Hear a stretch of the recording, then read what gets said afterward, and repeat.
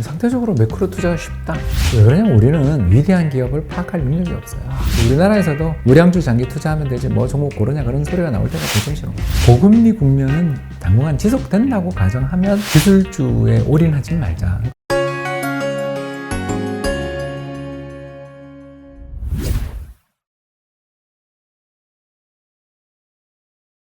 일단 전체적으로 이제 뭐 미국채, 한국 국채 위주로 말씀 주셨는데 또 주식 얘기도 좀 안 할 수가 없겠죠. 그렇죠. 네, 주식 같은 경우는 이제 뭐 혹자는 이제 개별 기업을 또 꼼꼼히 요즘같이 매크로 흔들릴수록 개별 기업 위주로 꼼꼼히 분석하는 바텀업 투자가 좀 더 이제 필요하고 하다고 주장하시는 반면에 또 다른 분은 탑다운 투자, 매크로 장세일수록 탑다운 투자가 중요하다라고 말씀 주시는데 대표님께서는 개인 투자자분들에게 좀 어떤 접근법을 좀 추천하시나요? 상대적으로 매크로 투자가 쉽다. 예. 이 말씀을 드리겠는데 뭐 제가 가장 추천을 많이 드리는 방법 하나만 소개하면 미국의 소매 판매가 매월 보름 정도에 나옵니다. 예. 매월 보름에 이제 매매를 하는 거죠. 매월 보름 정도에 미국의 소매 판매가 나오는데 이 소매 판매가 지난해 같은 기간에 비해 가지고 지난해 같은 기간에 비해서 3달 연속 상승했다. 한국 주식 반대로 3달 연속 하락했다. 그러면 미국 달러 표시 국채 또는 뭐 리츠 이런 걸 사는 이런 전략입니다. 근데 이게 얼마나 잘 맞냐 하면 작년 7월에 안타깝게도 미국 예. 국채 매수 신호가 났어요. 예, 그리고 올해 연초 1월에 잠깐 또 한국 주식 매수 신호가 났다가 3월에 다시 매도 신호가 났어요. 예. 얼마나 잘 맞았어요. 엄청 잘 맞았네요. 예. 그러니까 1월에 그 패닉장을 또 예. 피할 수 있었고요. 그 다음 잠깐 반등장 때는 또 반등장 때 먹고. 예, 그러니까 요 전략은 약간 신호가 자주 나온다라는 게 약점이긴 한데 뭐 그건 어쩔 수 없죠. 그죠? 예. 신호가 너무 자주 나와서 좀 매매를 자주 해야 된다. 1년에 한 2번 정도 매매를 해야 된다는 예. 약점이 있는데 그렇다 하더라도 이 전략이 작년 올해 사이에 너무나 잘 맞았다라는 걸 생각을 해본다면 예. 매크로 모멘텀, 그러니까 경제가 좋아진다. 그러면 미국의 소매 판매가 잘 되고 미국 소매 판매가 잘 되면 삼성전자, 뭐 현대차, SK하이닉스 이런 데도 좋아지지 않겠어요? 예. 그렇지 않습니까? 그런 것처럼 선진국 소비시장이 붐업 될 때는 우리도 좋고 소비시장이 슬로우 다운 해주고 나빠질 때는 우리도 어려워진다라는 걸 투자에 이렇게 적용하면 작년 7월부터 이미 리스크 관리를 들어갈 수 있었는 그런 예. 좋은 전략도 있으니까 참고해 보시면 좋을 것 같습니다.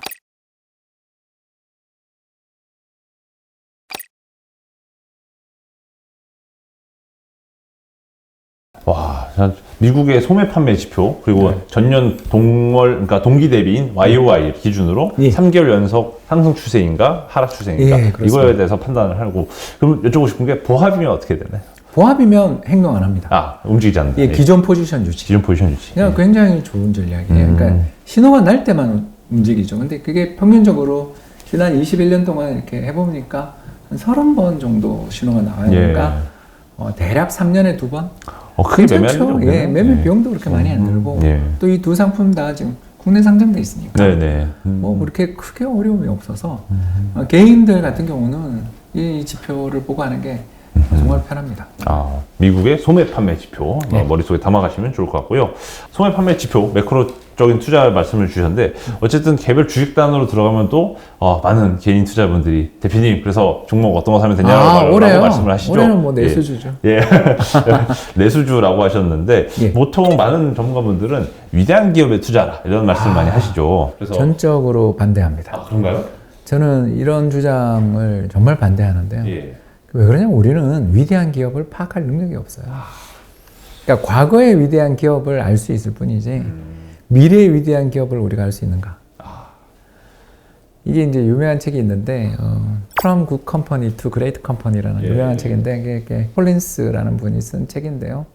좋은 기업에서 위대한 기업으로라는 책을 하면서 거기서 위대한 기업이라고 칭송한 회사들이 좀 나오는데 뭐 제너럴 일렉트릭이라든가 혹은 모토로라, 서킷시티, 뭐 그리고 또 페니메 이런 회사들을 추천했는데 대부분 다 망하거나 존재감이 약해졌거나 아니면 힘든 나날을 지금 보내고 있죠. 왜 그럴까? 간단합니다. 이게 회사가 너무 잘 나가면 방심해요. 이게 첫 번째, 짐 콜린스네요. 죄송합니다. 짐 콜린스 같은 작가들이 저희들 표현으로 좀 그렇습니다만 숭앙하게 하고 약간 빤다 그러잖아요. 예. 고점 신호인가요? 예, 굉장히 안 좋은, 굉장히 안 좋은 신호. 우리나라에서도 우량주 장기 투자하면 되지 뭐 종목 고르냐 그런 소리가 나올 때가 고점 신호. 예, 그 말도 안 되는 소리고요. 저는 국민연금 다닐 때 2012, 13, 14, 뭐 15 이때 국민연금 있었는데 그때 삼성전자 들고 있는 거에 대해서 얼마나 제가 비판을 받았는지 말도 못해요. 예. 아니 왜 이런 회사를 사냐고. 아 이거 반도체 이쪽 뭐 이제는 희망 없다. 이 쇠퇴하는 산업이다. 예. 뭐 사라 그러냐 하면 아모레퍼시픽이나 LG생건 사라고. 왜냐하면 그 중국의 소비재 관련 기업들이 앞으로 위대한 기업이 된다. 예. 그리고 뭐 마스크팩 하는 회사들이 그렇죠. 예. 뭐 그냥 10배 나고 막 그랬죠. 예. 그래서 어디 M모사가 주최했던 컨퍼런스를 참석을 했었는데 네. 글로벌 M모사입니다. 네. 몇 개 없죠? 네. 그 M모사가 하는 컨퍼런스에 갔는데 혼자 애널리스트들이 쭉 나와서 자기들이 추천하는 아시아 태평양 지역 뭐 100개 추천 종목 그런데 한국에 딱 2개 있었어요. 정말 예, 그 두 회사입니다. 예. 그러면서 막 그 인도랑 중국 기업들을 엄청나게 칭송하더라고요. 절반이 그 두 나라 회사였어요. 그래서 저 입장에서는 야 정말 황당하더라고요. 우리나라에 얼마나 경쟁력이 있는 기업들이 많고 그런데 한국 기업들은 달랑 2개 추천하고 나머지는 전부 다 인도랑 중국 기업들. 근데 뭐 저는 정말 이름도 처음 들어보는. 지금 생각해 보면 정말 그렇게 투자를 했다면 죄송합니다만 다 망했을 텐데. 그걸 보면 알 수 있는 게 그 세계적인 애널리스트 연봉이 막 수십만 불, 수백만 불 받는 그런 애널리스트조차 6년, 7년 뒤에 일을 할 수가 없어요. 예. 아니 뭐 저기 코로나 팬데믹에 그 불과 1년 뒤에 있었던 한한령, 예. 예 그리고 중국의 또 애국 청년들이 예. 전 세계 인터넷 사이트들을 마비시키면서 가서 댓글 달릴 줄은 그런 날이 올 줄은 상상. 쇼비니즘 뭐 해외 기업들 전부 H&M이었나요? 예. 불 지르고 이런 세상이 올 줄 몰랐겠죠. 그러니까 저는 그게 그들의 분석 능력도 없지만 사실은 미래를 우리가 예. 이런 돌발적인 이슈들을 우리는 알 수 없어요. 그렇다면 우리에게 주어져 있는 방법은 2가지인데 하나는 자기가 잘 아는 산업을 하나 만들어 보는 거죠. 그렇게 해서 투자를 해보는 거고요. 뭐 저 같은 경우는 은행 업종에 네. 오래 있었으니까 KB국민은행에서 수석 이코노미스트 했으니까 맞습니다. 그래서 은행 업종 투자는 조금 하는 편이고요. 그래서 은행 업종처럼 제가 다녔고 이 업종에 어떨 때 돈을 잘 버는지를 아니까 근데 그런 저조차도 작년 카카오뱅크 들어올 때는 실수했고요. 예, 그러니까 카카오뱅크에 그렇게 돈이 다 몰리면서 다른 은행들이 그렇게 안 될 줄은 저는 몰랐어요. 올해는 또 반전이 이루어지고 올해는 또 있지만 그렇죠. 예, 알 수 없어요. 그러니까 저조차도 쉽지 않더라고요. 그래서 종목 투자는 적게 하는 거고요. 그래서 아무튼 자기가 잘하는 종목에 대한 투자, 업종에 대한 투자로 한정해라. 그리고 2번째, 그러지 말고 요새 ETF가 업종 ETF가 되게 잘 나와요. 업종 있지. 예, 그래서 막 그 테마 ETF는 절대 하면 안 되고요. 예. 그건 정말 접근 금지고요. 테마라는 건 언제 바뀔지 몰라요.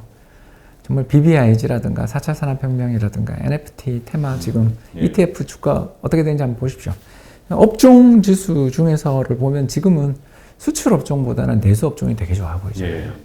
예. 내수 업종은 리오픈도 있을 뿐만 아니라 정부가 이렇게 또 재난지원금을 왜 지금 푸는지는 이해할 수 없지만 2020년에 풀었어야죠. 아무튼 저는 정말 이게 실수일 수 있는 정책이라고 보지만 아무튼 돈이 당장 풀리면 내수에 좋잖아요. 네.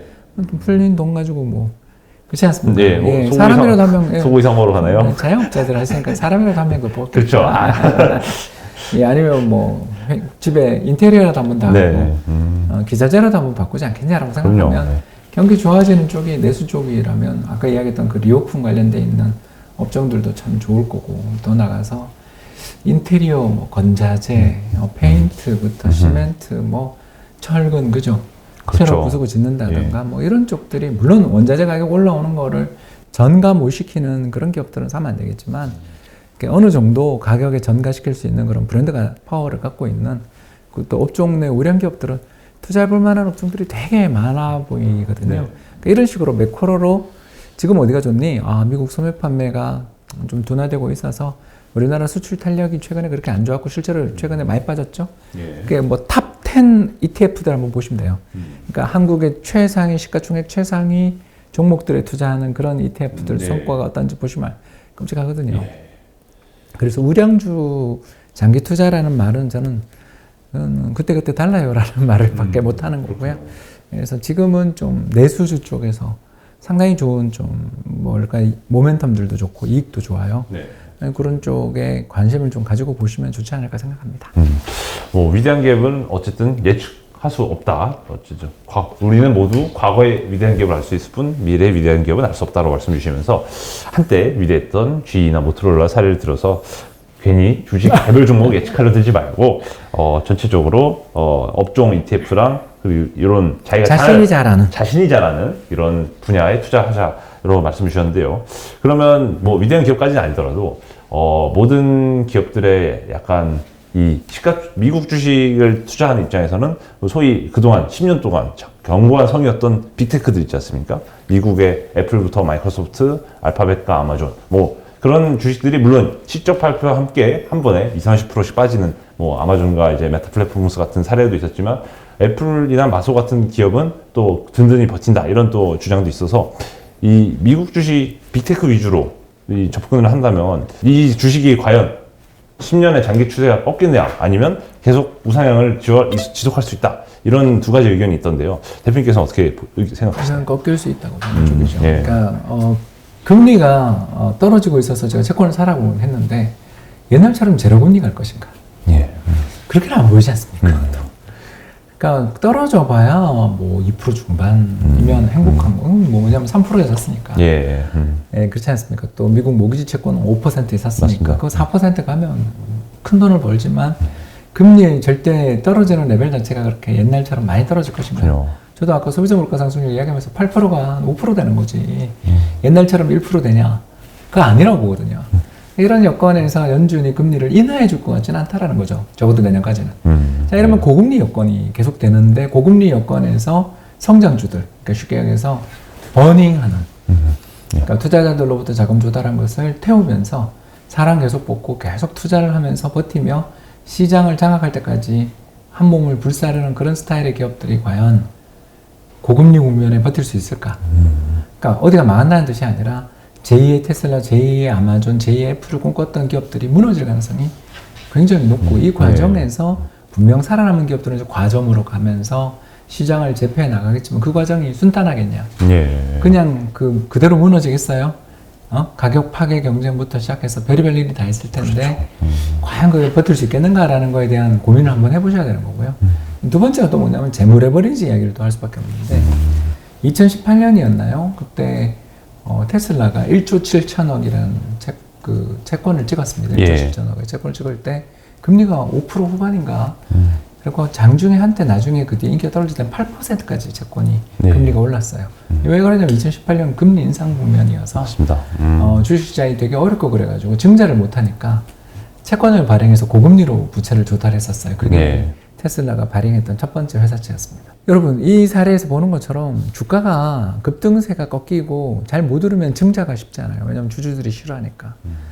주가가 잘 오를 때야 증자가 잘 되는데 주식수를 늘리는 게 증자죠. 그죠? 네, 그런데 주가가 좀 빠지고 오거나 좀 부담스러울 때는 증자가 잘 안 되면 결국 채권을 찍어야 되는데 또 그때 2018년 한 해에만 테슬라가 회사채 발행뿐만 아니라 CB도 전환사채도 발행하고 또 ABS도 발행했어요. 다 발행했네요. 거의 큰일 날 뻔했었어요, 사실은. 근데 그게 그때 그래도 테슬라는 그래도 자금을 조달하는 데 성공했기 때문에 2020년 코로나 팬데믹 때 비상할 수 있었죠. 특히 그 모델 3가 대박을 쳤잖아요. 예. 그런 것처럼 우리는 그 회사가 살아남을 거라고 확신을 가질 수 있는 또 시장에서 굉장히 신뢰가 있어서 고금리 여건이 오더라도 이 회사는 자금을 계속 조달할 수 있는 그런 회사들은 또 이기겠죠. 그러나 이런 레버리지들이 많은 기업들은 고금리 국면에서 자금 조달 어려워지는 순간 한 방에 가거든요. 이게 뭘 뜻하냐면 부도 리스크가 올라간다는 뜻이죠. 그죠? 부도 리스크가 올라갈 때 투자자들은 어떤 주식을 싫어하냐면 변동성이 큰 기업을 싫어해요. 그래서 이 두 가지 측면에서 말씀을 드리는 거죠. 경쟁도 격화될 가능성이 있고 고금리 여건에서 특히 차입도 힘들어지면서 기업 실적 부담도 생기는 데다가 기업 부도 리스크가 이쪽에서 생길 가능성이 있는데 이건 그 변동성이 높은 기업들 그래서 로우볼 기업이라고 저희들 부르는 변동성이 상대적으로 낮고 배당 잘 주는 기업들에 대해서 고금리 때는 그리로 돈들이 갑니다.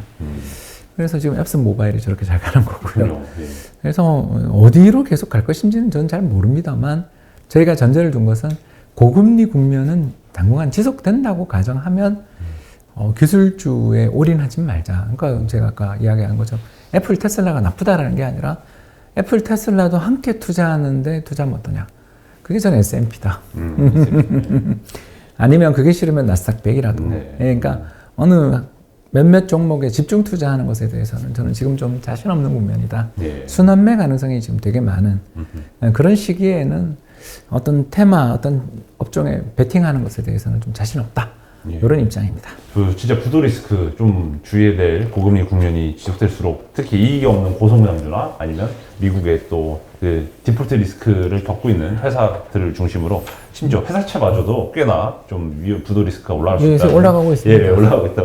예, 경고를 주셨고요. 그래서 로우볼 전체적인 그 로우 볼리티리티를 가지는 전략에 로우 베타라고 볼 수도 있겠죠. 예, 베타가 낮은 기업, 베타가 낮은 기업이라고 이면서 또 부채 비율이 낮은 기업들. 부채비율이 낮고. 예, 그래서 베타가 저희들 낮고, 이걸 이제 하이 퀄리티라고 부르는데 이게 예. 너무 어렵잖아요. 예. 그래서 시장에 뭐 로볼 지수도 있고 막 그러니까 네. 이런 좀 친숙한 용어를 쓴 거죠.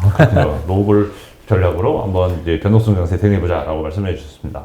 또 이런 말씀도 있더라고요. 어쨌든 주식이든 채권이든 뭐 부동산이든 다 좋은데 어떤 자산이든지 이제 투자로 부를 쌓으려면은 장기 우상향하는 자산에 투자해야 된다는 그렇죠. 이 필요성이 되게 많이 느껴지는데요. 어떤 자산이 장기 우상향하는 걸 분석을 해서 알 수 있는지 그게 좀 궁금한데요. 대표님께서는 어떤 지금 여러 자산을 투자하고 계신다고 말씀을 주셨으니까 장기 우상향을 어떤 근거로 믿고 계신가요? 이게 현금 흐름입니다. 현금으로입니까? 네, 그래서 리츠를 투자하면 임대료가 나오죠. 어마어마한 임대료가 나옵니다. 그리고 채권을 투자하면 이자를 주죠. 그래서 정부가 이자를 줍니다. 예. 세 번째 주식을 투자하면 배당을 줍니다. 예.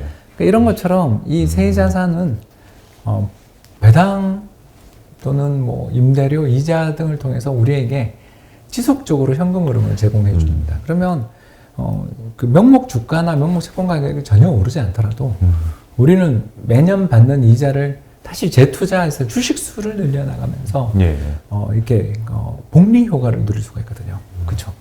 예. 그렇기 때문에 이런 종류의 자산들은 우상향한다고 볼 수 있습니다. 그래서 이 세 종류의 자산이 우상향하는 자산이라고 볼 수가 있겠고요. 이 밖에 이제 우상향하지는 않지만 대체 자산으로 관심을 좀 가져야 되는 자산들이 그림. 그러니까 그림은 분석하는 그 학자들에 따르면 주식보다 수익률이 더 좋다고 이야기하신 분이 있는데 이거는 이제 저는 선택 편의, 그러니까 셀렉션 바이어스라고 보는데 그 후의 그림을 가지고 평가를 하면 당연히 몇십 % 나오겠죠. 예. 그러나 우리가 그 시대에 살았는지도 모르는 무명화가의 그림으로 지수를 만들면 그 사람은 그냥 목욕탕 그림으로 끝났겠죠. 그렇죠. 예, 그렇기 때문에 이게 참 어려운 부분이 있긴 하지만 부유한 분들 입장에서는 그 추가적 공급이 나오지 않는 희소성에 베팅하시는 분들은 그러니까 생존 작가보다는 돌아가신 예. 분의 그림들이 비싼 이유가 이런 데 있잖아요. 예. 예, 그런 분들도 있고요. 또 암호화폐 같은 경우도 채굴이라는 부분에 대해서 아직도 저는 좀 미신적인 부분이 있다고 생각합니다만 분명 희소성의 측면에서는 앞으로 또 이런 부각될 가능성이 있는 자산 중에 하나라고 볼 수 있겠고요. 또 하나 우리가 봐야 되는 것이 커머디티인데 커머디티는 사용 가치는 있는데 현금으로 뭐 없거든요. 그냥 묶음을 들고 있으면 이자를 안 주니까. 맞습니다. 예, 그러나 역시 희소성은 또 가지고 있지 않습니까? 왜냐하면 정부가 윤전기를 뿌리면서 인플레이션을 자극하는 정책들을 펼칠 때는 금을 비롯한 이런 대체 자산들은 또다시 또 희소성들이 부각되는, 왜냐면 채굴이 힘드니까. 예. 그러니까 이런 자산들은 아까 이야기했던 우상향 자산이냐라고 말하면 자신은 없는데, 왜냐면 희소성의 가치를 언제 어떻게 평가할 것인지 우리가 모르니까. 그러나 기존에 있었던 자산들 군의 보조적인 자산으로서의 성격은 조금은 갖고 있어서 너무 거기는 또 우상향 한다 안 한다 단언하기는 어렵지만 너무 또 무시하지 말자 정도로 보고 있습니다.